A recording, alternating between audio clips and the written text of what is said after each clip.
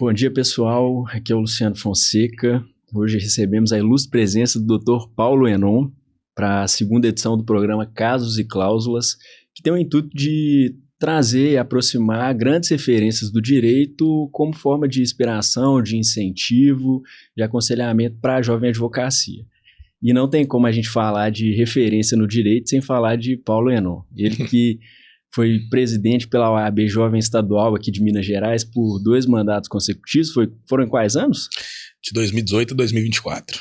Nesse ínter, você foi presidente da Comissão Nacional da Advocacia Jovem. Vice-presidente. Vice-presidente. O cara tá em tudo. Então, não tem como falar de referência da advocacia sem falar de Paulo Enon. Hoje, ele que é especialista em direito do trabalho, especialista em direito e negócios internacionais, fundador do escritório OMM Advocacia, e hoje aqui no nosso atual mandato da OAB está ocupando o cargo de diretor de interiorização. Isso. E a nível federal também, na OAB Nacional, você está ocupando a coordenação regional na Coordenação Nacional de Interiorização. Então, assim, não tem como falar de Paulo Enon, não tem como falar de advocacia sem falar de você. Cara, você tá em tudo. Então, sábado mesmo eu tive um episódio engraçado disso.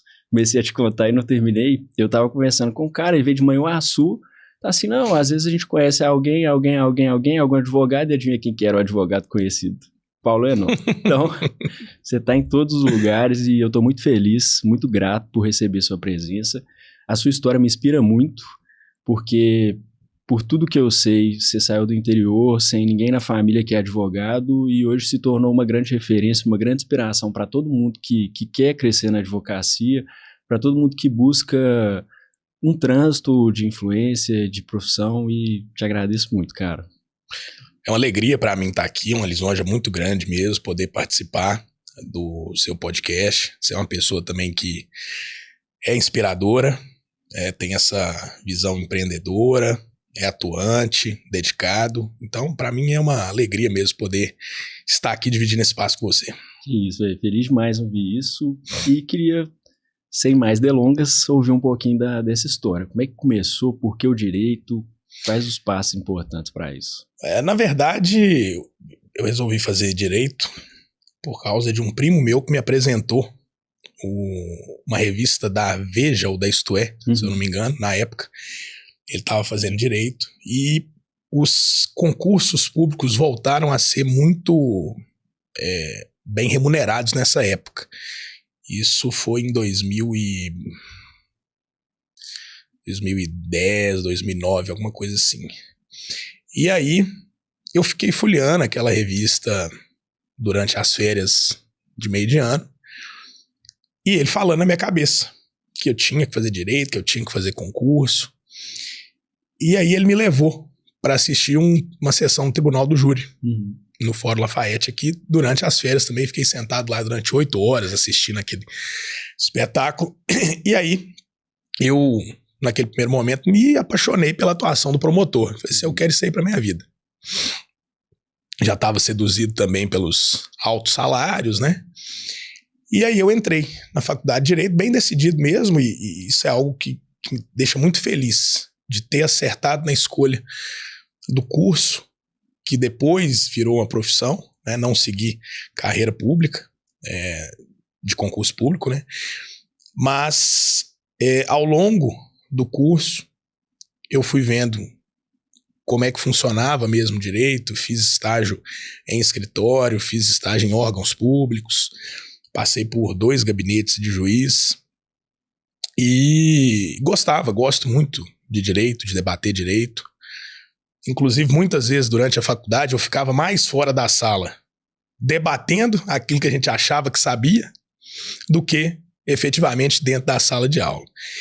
E quando eu estava para formar, e aí isso é muito natural, que as pessoas sintam um certo desespero de sair de promessa do país para problema social. Você é universitário, depois você passa a ser desempregado.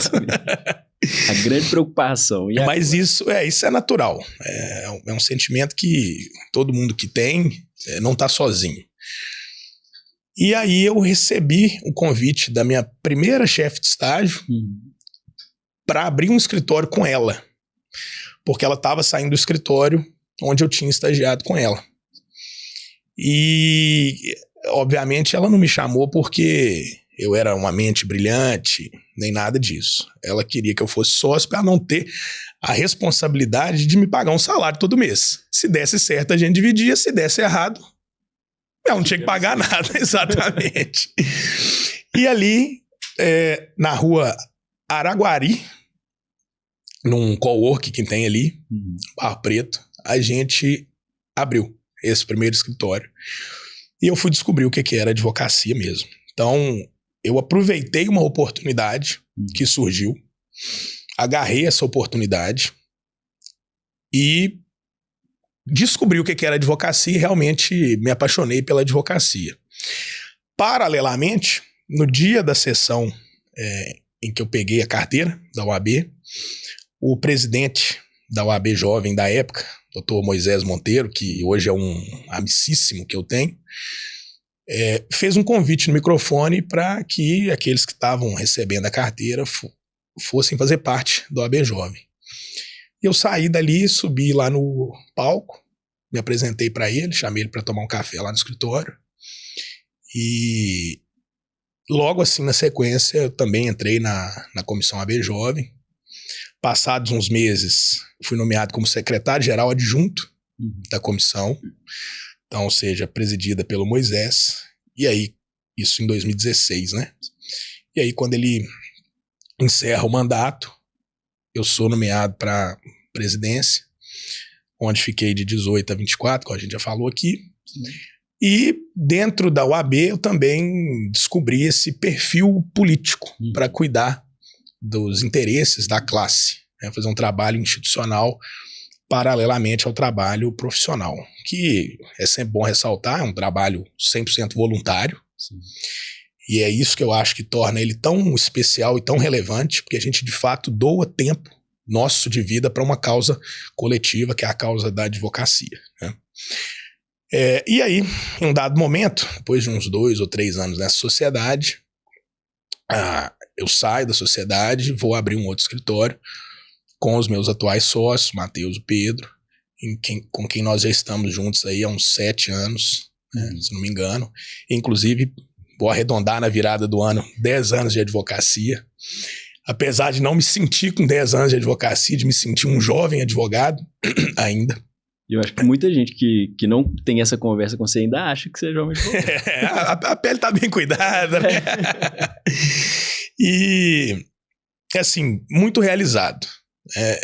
Comecei no direito do trabalho, também não por opção. Sim. O primeiro processo que eu peguei na minha vida foi um processo de acidente do trabalho.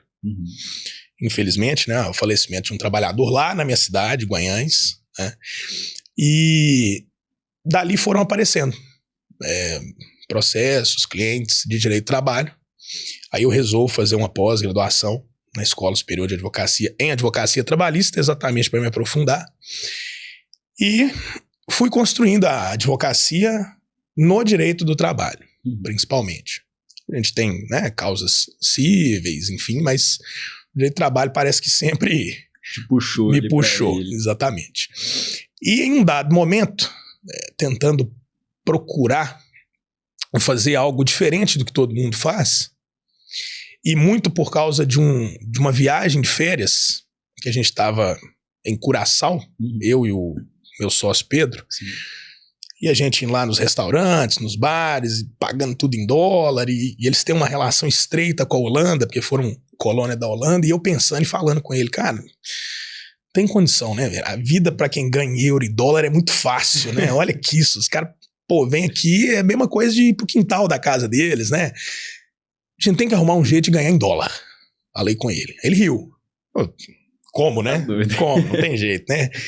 E aí eu volto de viagem e começo a procurar formas de ganhar em dólar. Exatamente. E descubro que existe um ramo do direito, que é o direito de negócios internacionais. Tem o direito internacional, que cuida das relações diplomáticas, de conflitos, né, enfim. Mas tem o direito negocial internacional, que é muito pouco explorado pela advocacia, e é um ramo de razoável acesso, porque existe muita demanda, e a gente vai trabalhar basicamente fora do judiciário. Vai trabalhar fazendo assessoria de importação, de exportação, de investimento para fora, dinheiro que vai daqui para lá ou de lá para cá, holding, offshore, planejamento patrimonial. Tem uma parte do direito, e aí o meu professor foi o Dr. Adler Martins, que também é mineiro. Ele tem uma frase muito legal, que ele fala que tem uma parte do direito que é para desconstruir. Sim. Quando você está divorciando, você está desconstruindo. Quando você está brigando com uma pessoa por causa de uma posse, de um terreno, de um imóvel, você está desconstruindo, você está tentando tomar algo de alguém que é seu, beleza, mas a gente está falando de briga, de litígio. E no direito internacional, a gente não tem briga, não tem litígio. A gente tem construção, a gente tem construção patrimonial. O tempo todo a gente está buscando construir mais riqueza, mais patrimônio para o nosso cliente. E é por isso que é tão belo, né? E até as formas de resolução dos conflitos, quando eles existem, é diferente. É numa arbitragem, ou as partes levam muito a sério o contrato e cumprem o contrato e pronto, né? Cumpre aquela cláusula penal, atrasou, paga com juros, com multa e pronto. Não tem discussão, não quero pagar e tal. É um ramo muito legal. E me encontrei dentro dele também, porque a gente não fica dependendo de processo judicial que pode se arrastar por décadas e que no fim não deixa ninguém satisfeito. A parte que entrou não recebeu o que é dela a tempo e modo, ou às vezes nunca vai receber, porque muitas vezes a gente tem a situação da condenação que não é satisfeita pela parte que perdeu, e ao contrário a gente consegue fazer uma cobrança de honorários que é imediata e uma prestação. E muitas vezes a gente pode fixar assim em dólar, a gente usa parâmetros internacionais e o cliente entende. Quando você dá o preço em dólar, ele entende, né? Porque é um padrão internacional. É natural da operação. Exatamente. Até porque muitas das negociações são feitas em dólar mesmo, né? Tudo que é exportado, tudo que é importado, o preço é fixado em dólar, é a moeda padrão dos negócios internacionais. E aí estamos nessa caminhada, construindo, trabalhando nesse ramo também, sem deixar o direito do trabalho, que é gostoso, né? É processo, mas é gostoso.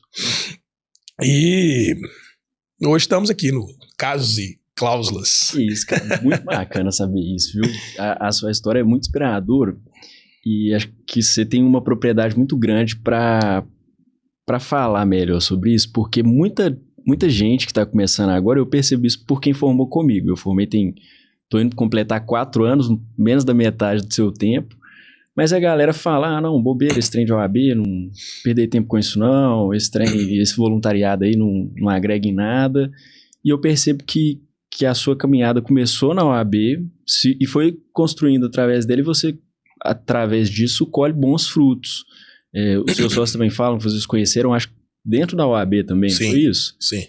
Que tipo de conselho você dá para quem hoje tem essa ideia aí? Não, OAB é bobeira, não precisa disso não. Bom, existem 2 perfis de advogado.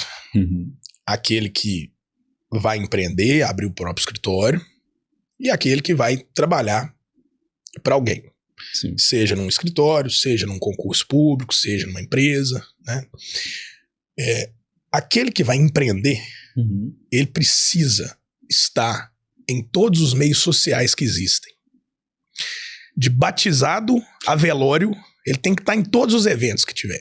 Todos. O cara mais alegre, gente boa que tiver lá. Exatamente. Por quê? Foi assim comigo. Eu não tenho nenhum familiar até hoje, não tinha e continuo sem ter, que seja advogado. Sim. Ou seja, não tinha quem pudesse me oferecer uma vaga de emprego no escritório, ou quem já pudesse me indicar processos, clientes, etc. Eu tinha que conseguir no peito mesmo. E, igualmente, também não venho de uma família rica, muito pelo contrário.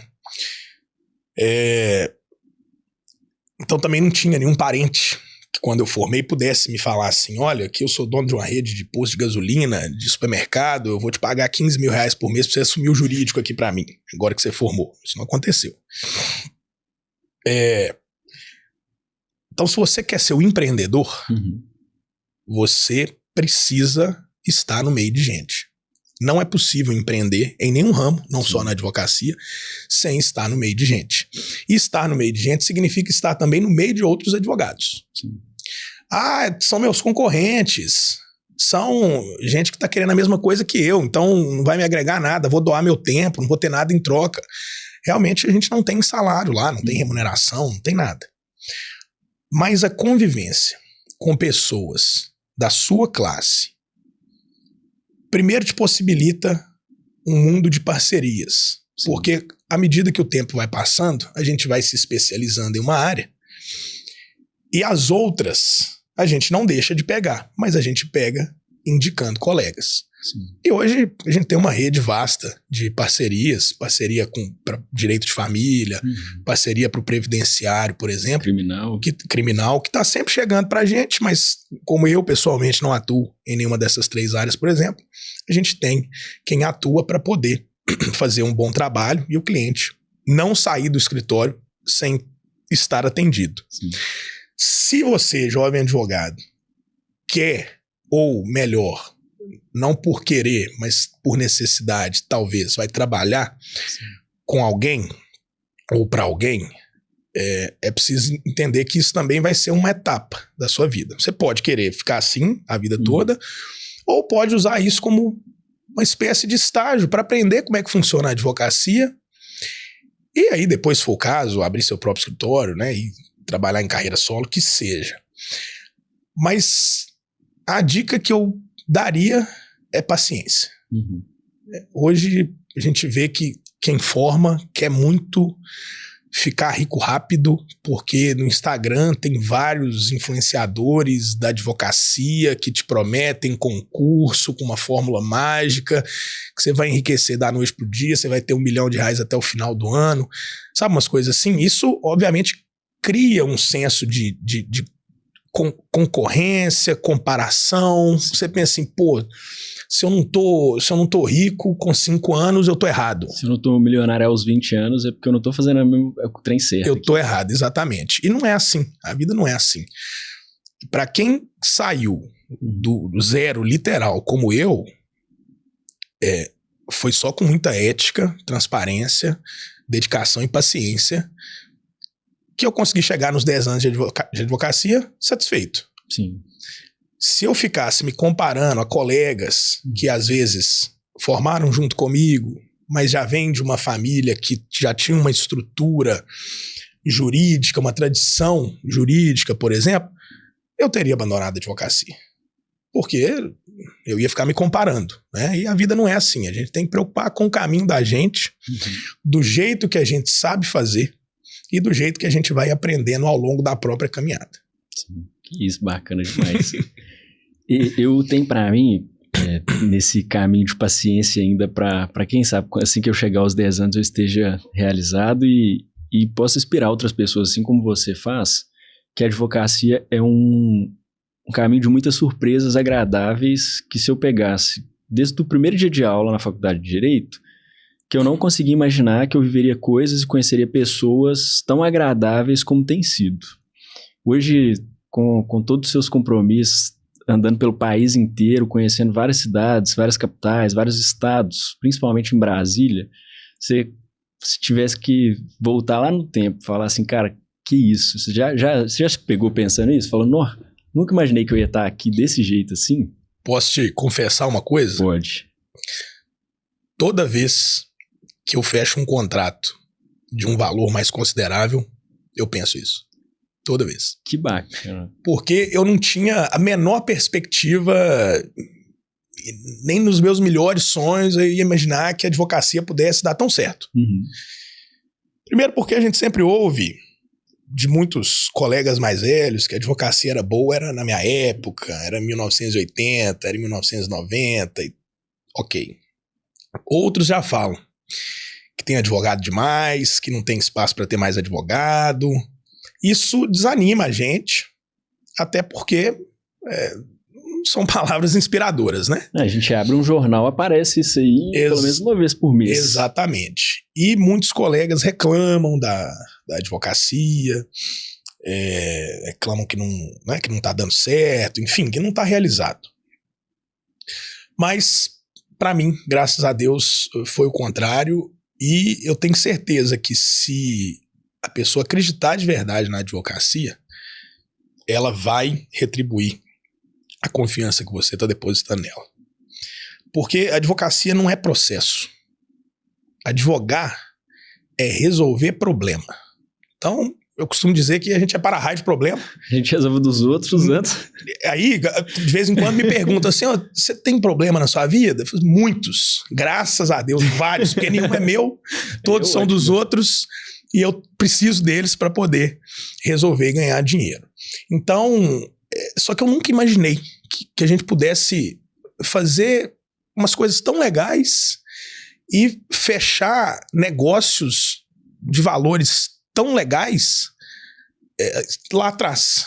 Quando eu saí de Guanhães aos 18 anos para vir estudar na capital, aquela história clássica, né, do menino do interior que vai para a capital para estudar, eu não imaginava que pudesse dar tão certo e com a perspectiva de estar sempre melhorando. Então, toda vez, pode ter certeza, toda vez eu penso assim, gente, e se eu não tivesse seguido na advocacia? Se eu tivesse ficado lá, como que seria? Se eu tivesse ficado em Guanhães, se eu tivesse tentado concurso público, por exemplo, talvez estaria realizado em outras áreas, se eu não tivesse feito direito. Mas eu não sabia o que era advocacia quando eu decidi aceitar aquele convite lá atrás para poder abrir um escritório de advocacia. Eu não sabia o que me esperava. E hoje eu sou muito feliz com tudo aquilo que a advocacia abriu para mim. Isso é bacana demais, porque é muito inspirador ouvir isso, que são surpresas agradáveis que a cada dia se intensificam ainda mais e que se não fosse todo o seu esforço, toda a sua dedicação, certamente elas não teriam acontecido.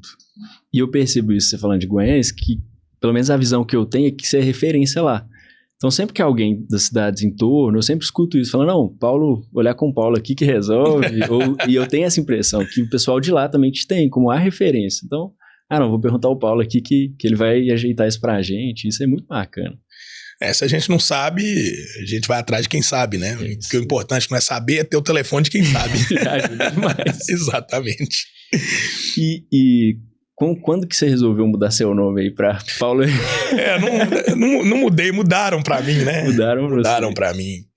Quando eu fiz o Instagram, eu já tava no começo da faculdade, enfim, eu não queria colocar número, underline, traço. Paulo underline gatinho. Não queria.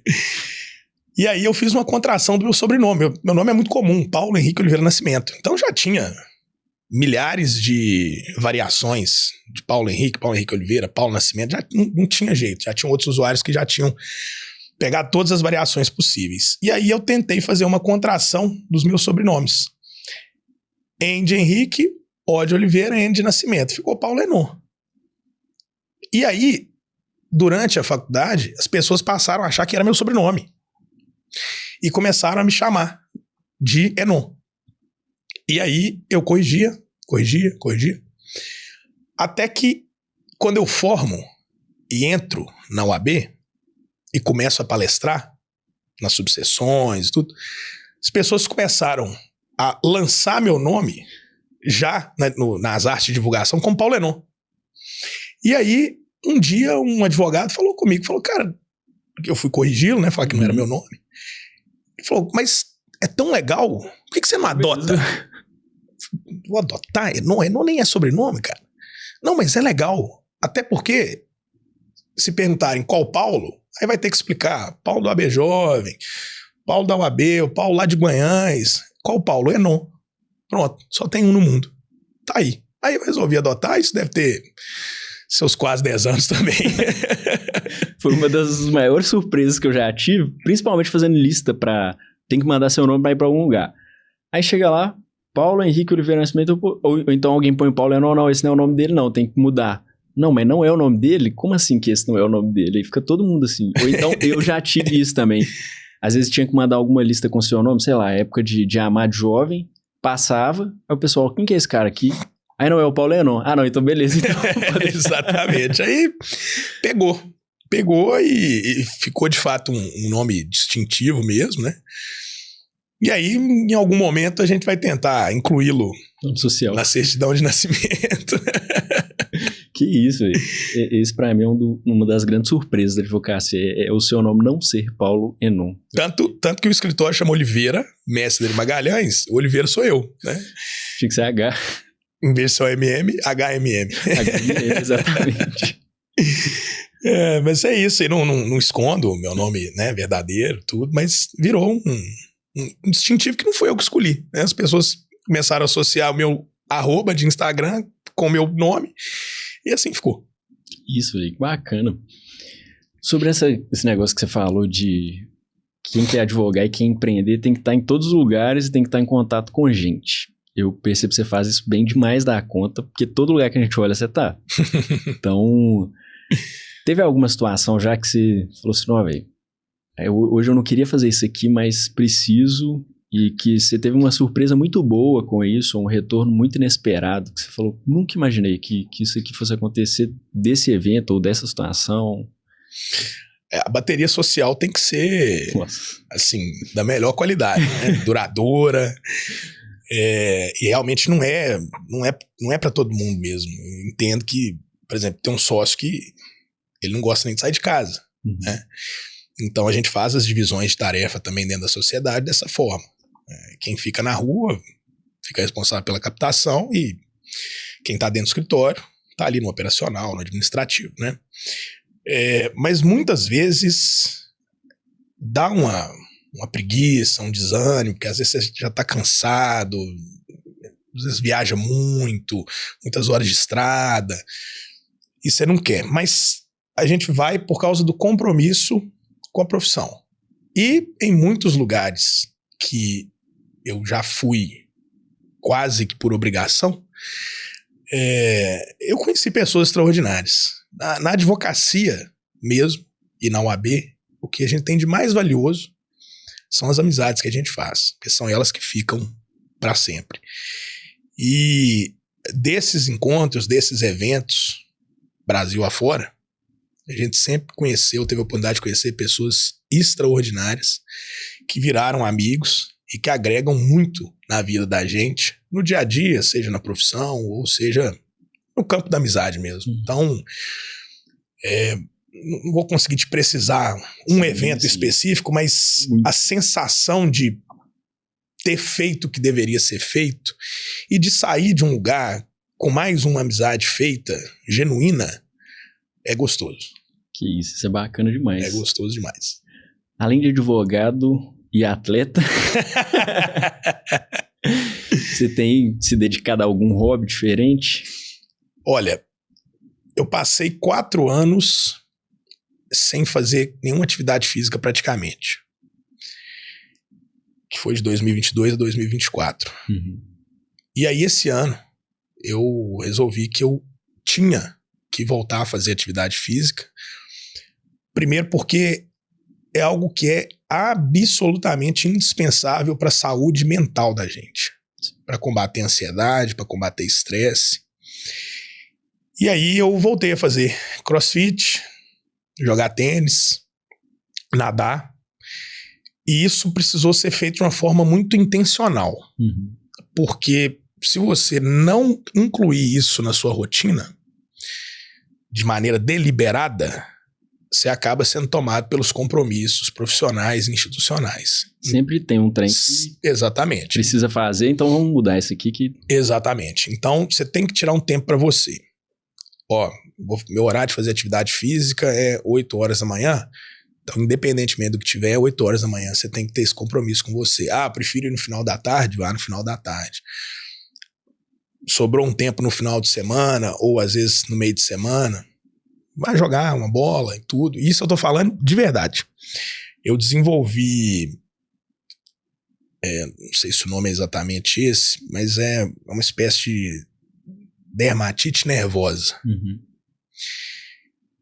Que aparece umas erupçõezinhas assim na pele, coça, quando eu tô num momento de estresse ou ansiedade. Sim. Fui ao médico, o médico disse, olha, é muito leve, não tem o que fazer. O que tem que fazer é parar de fazer o que provoca isso. Então eu vou parar de trabalhar.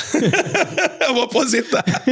Cheguei no escritório e falei com os meninos, olha, o médico mandou parar de trabalhar. Porque é uma atividade estressante. E eu vou te dizer, com propriedade, que os sintomas quase que desapareceram depois que a atividade física foi incluída na rotina semanal. O negócio me falou disso, que é estressante e tal, mas que eu nunca tinha parado de pensar, até se me contar, que é um estresse involuntário. Que às vezes a gente tem assim, não, isso aqui não me afeta em nada, mas aí você lê uma decisão que saiu num processo que você está muito envolvido e aí você já fica totalmente incomodado porque o juiz falou de um jeito que você não queria ouvir ou que você não queria ler. E isso, mesmo a gente não acreditando, interfere demais no nosso emocional, no nosso psicológico. E hoje você se sente mais disposto para as coisas por causa do exercício? 100%. A gente acha que como o problema não é da gente, ele não afeta a gente, mas afeta.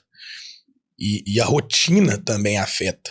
Né? A gente ter que lidar com prazo, Sim. ter que lidar com audiência, com sessão de julgamento, com administrar expectativa. Porque quando você lê uma decisão desfavorável, o problema não é a decisão em si. É o que ela traz. Ela vai trazer mais trabalho pra gente Sim. e a gente vai ter que administrar isso com o cliente. Então, a situação em si vira estressante. Por mais que, né, é natural que as decisões venham e sejam contrárias aos interesses que a gente está defendendo. Né, isso faz parte. Mas é algo que às vezes a gente não sente. Né, às vezes é aquela audiência que atrasa e embola com outro compromisso que você tinha. E aí você atrasa a sua rotina inteira. E vai frustrando expectativas de outras pessoas, porque às vezes você tem que cancelar um compromisso ou tem que adiar. E aí a rotina acaba sendo uma rotina que é estressante e que provoca ansiedade. Então a gente acha que não, né, que você tem que mostrar, principalmente para o jovem, né, eu tenho que mostrar para o cliente que eu estou disponível 100% do tempo, eu não posso falar para ele que eu estou viajando a lazer, então é sempre aquela imagem de workaholic que, na verdade, não cabe mais nesse mundo nosso. Uhum. Hoje, todo mundo tem um momento de lazer e de autocuidado e não pode ser diferente com a advocacia. Hoje, tem muitos clientes que têm uma atividade paralela que envolve atividade física, né, que seja ou por lazer ou às vezes até de forma profissional, né? Que, às vezes é dono de um estúdio, de uma academia, de um box crossfit, de uma quadra de beach tênis, porque aí você ainda ganha dinheiro com um lazer e um autocuidado. E a gente não pode ter medo, nem receio de falar para quem quer que seja, que nesse momento eu não posso porque é o momento da minha academia, é o momento do meu tênis, é o momento da minha natação. As pessoas vão entender Sim. que é um autocuidado. Né? Por que elas entendem quando você fala não posso porque eu tenho audiência e não vão entender não posso porque é meu horário de academia? Então isso tem que estar na rotina. Até pra gente viver com mais qualidade e por mais tempo, né? Exatamente. Chegar na aposentadoria com saúde Sim. e poder aproveitar a velhice da melhor forma. Eu sempre tive muita preocupação com a velhice. Muita, muita mesmo. Porque o autônomo que não se prepara pro futuro, ele vai ter uma aposentadoria completamente conturbada. Sim. Então, a gente tem que guardar dinheiro pensando na aposentadoria desde cedo.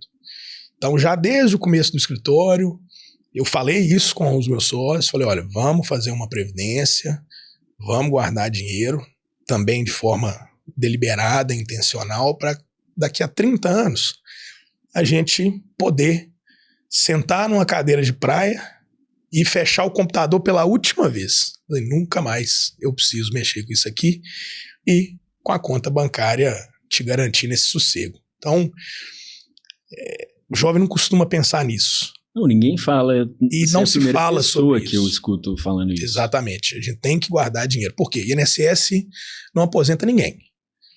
Todo dia tem uma alteração diferente na regra previdenciária, e eu tô com 60 anos, eu acho que eu vou aposentar, a regra muda para 65, para 70, daqui a pouco ninguém aposenta mais pelo INSS, né? De tão difícil que tá ficando.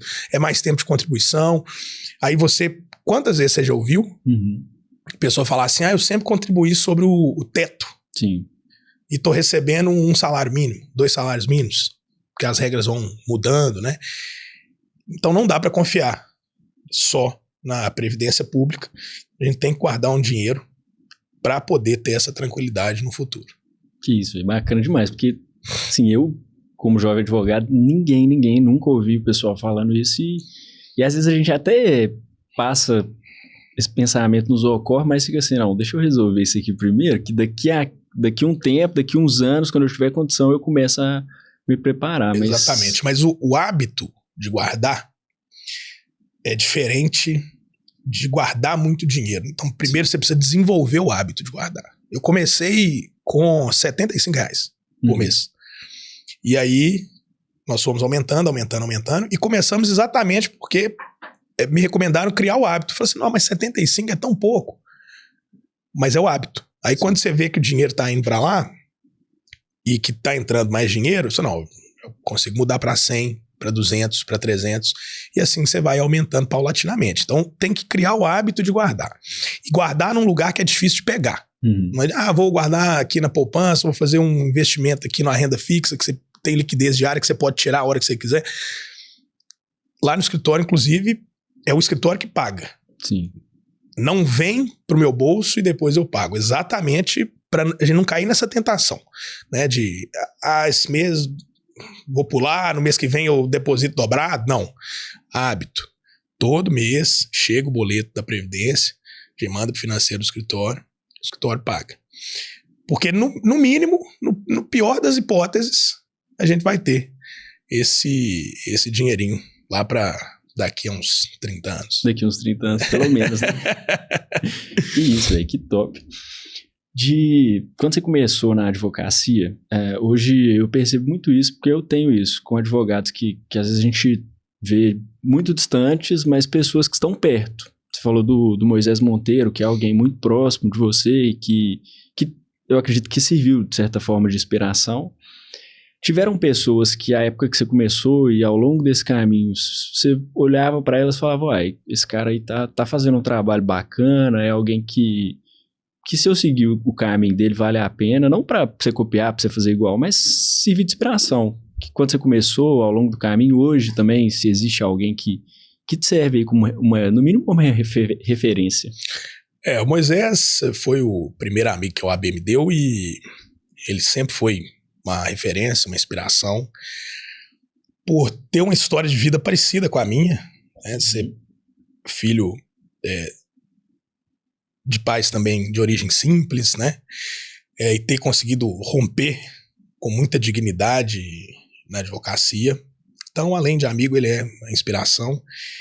E, obviamente, não tem jeito de não falar do Sérgio Leonardo, que foi o presidente que eu tive mais proximidade, que me aproximou mesmo, assim, de vez da OAB, né? Ele que, além de tudo, é um advogado brilhante, que vem de uma família de advogados brilhantes e que, para mim, é a inspiração maior de advocacia, sabe? Conseguiu ser presidente da OAB numa votação histórica. Sim. E mesmo sem qualquer tipo de necessidade, né? Ele abdicou um pouco do escritório. Foi o melhor presidente que a OAB de Minas já teve, sem sombra de dúvida. Dono de uma oratória irretorquível, carismático ao extremo, jovial. Então, assim, ele, para mim, é a maior de todas. Mas nós temos outros que normalmente são nossos amigos, né? Tem lá dentro da OAB hoje, tem o atual presidente, Gustavo Chalfun, que é uma inspiração assim, na competência técnica e dedicação ao trabalho. Sabe? A pessoa que pega para fazer e vai fazer bem feito, tem que ser feito, não interessa se vai doer em alguém, o certo é o certo, vamos fazer. Pronto. E sem rodeio, né? Ó, dá, não dá, não dá. Não mente. né? Aquela categoria clássica de político, né, que fala que vai fazer, dá tapinha nas costas, não tem isso com ele, também não tinha com o Sérgio, né, um grupo político muito diferente do que era a política tradicional da OAB, com muito mais transparência, com assim, uma proximidade com a advocacia também, acessíveis, né, o Gustavo responde todo mundo no WhatsApp, não deixa ninguém sem resposta no WhatsApp. Pensa o que é você administrar uma instituição que tem 150 mil filiados, que é a Advocacia de Minas, né? Mais de 250 subseções, ou seja, mais de 250 presidentes de subseção, fora os diretores, fora os presidentes de comissão, fora delegados da Caixa de Assistência, ou seja, uma estrutura aí de milhares de pessoas e responde todo mundo. E aí temos também, né, temos o Diogo, que é sócio do Moisés, é um grande amigo, está na tesouraria da Caixa de Assistência hoje, fazendo um trabalho excepcional. Temos o nosso tesoureiro da UAB, Fabrício Almeida, que também tem uma história de vida muito legal, é uma pessoa fantástica, fenomenal, super acessível também. E, enfim, as pessoas que... A vida é muito generosa comigo, sabe? Além de ter me entregado à advocacia de uma forma que dá certo, ainda me colocou em contato com pessoas excepcionais. E assim a gente vai caminhando e conhecendo cada dia mais outras pessoas. Que isso, velho. Isso é bacana demais. Quem quer te encontrar? Falou, viu, Paulo? Tô precisando pagar aqui em euro, em dólar. Onde que te acha? Como é que é? No Instagram? @Paulo Enon. @Paulo Enon. Não é Paulo Henrique Oliveira Nascimento, é Paulo Enon. @Paulo Enon. Eu também tento responder todo mundo no WhatsApp. Tento, não respondo, né? Porque eu acho que tanto como advogado, quanto como gestor político, a gente tá ali para servir alguém. Sim. Então, a gente tem que responder as pessoas, tem que atender as pessoas, né? Eu tenho um número só de telefone, então os amigos, a família, os clientes e os colegas advogados estão sempre no mesmo lugar. E aí eu faço questão mesmo de atender a todos, exatamente por ter consciência de que tanto na advocacia quanto na OAB a gente precisa atender as pessoas.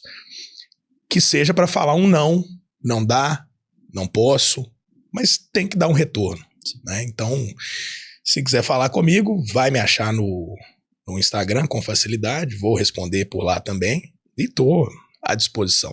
Que isso, cara. Muitíssimo obrigado. Ter sua presença aqui significa muito para mim, muito pro projeto, e tenho certeza que sua história, assim como me inspira, vai servir de inspiração, de exemplo para grandes jovens advogados e advogadas que estão começando aí e precisam de um conselho, de uma orientação. Muitíssimo obrigado. Eu que agradeço o convite mais uma vez. É uma alegria poder começar a semana dessa forma e espero em outras oportunidades, tendo convite, poder voltar aqui. Que isso, a casa é sua, você que manda.